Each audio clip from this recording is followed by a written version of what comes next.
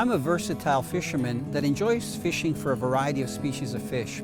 Some days I'll go shallow water fishing in 2 to 4 feet of water for fish like bass and walleye. Other days I'll go 5 to 10 miles out into the Great Lakes and fish water that's over 100 feet deep in search of Pacific salmon, steelhead, and lake trout. When you fish the Great Lakes, to locate those fish in deep water, trolling is one of the best ways to find them. But before you start trolling, it really helps to have an idea of where the fish are. So that's where I rely on my fish finder to either locate individual fish or to locate bait fish. Once I locate a productive area where I believe fish are going to be feeding, I take out my trolling gear, my counter reels and trolling rods, and the different devices that I'm going to use to get down to where the fish are. I find that one of the most dependable lures to use is a Great Lake spoon or a fluttering spoon, like the Matrixx spoon. These spoons are ideal because they're very light metal and they're designed to track and to flutter behind a diving device or right behind a cannonball if you're fishing with a downrigger.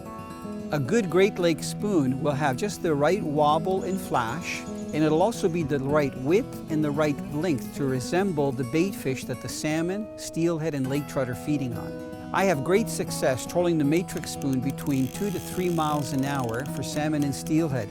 But when I'm targeting lake trout that are closer to the bottom, I prefer to use a slower trolling speed, sometimes between 1.5 and 2 miles an hour. And a lot of times we'll slowly work the motor into gear and out of gear to get kind of a fluttering action on the spoon, which lake trout really love.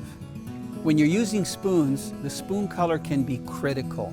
I find that using a very bright spoon works really good under low light condition or when you're dealing with broken surface water like a chop. But if you're fishing in the middle of the day, I try to go with very natural colors. One of my favorite colors is to use one that has a combination of black, some blue, and even some light orange or green. If the fish are aggressive, I find that some of the spoons that come in the UV finish work extremely well because they retain their colors, especially if you're fishing down in depths greater than 50 feet. Great Lake salmon spoons are one of the most effective lures to use, whether you're trolling in shallow or deep water. And if you have a good variety of them, no matter what the conditions are, you'll catch fish.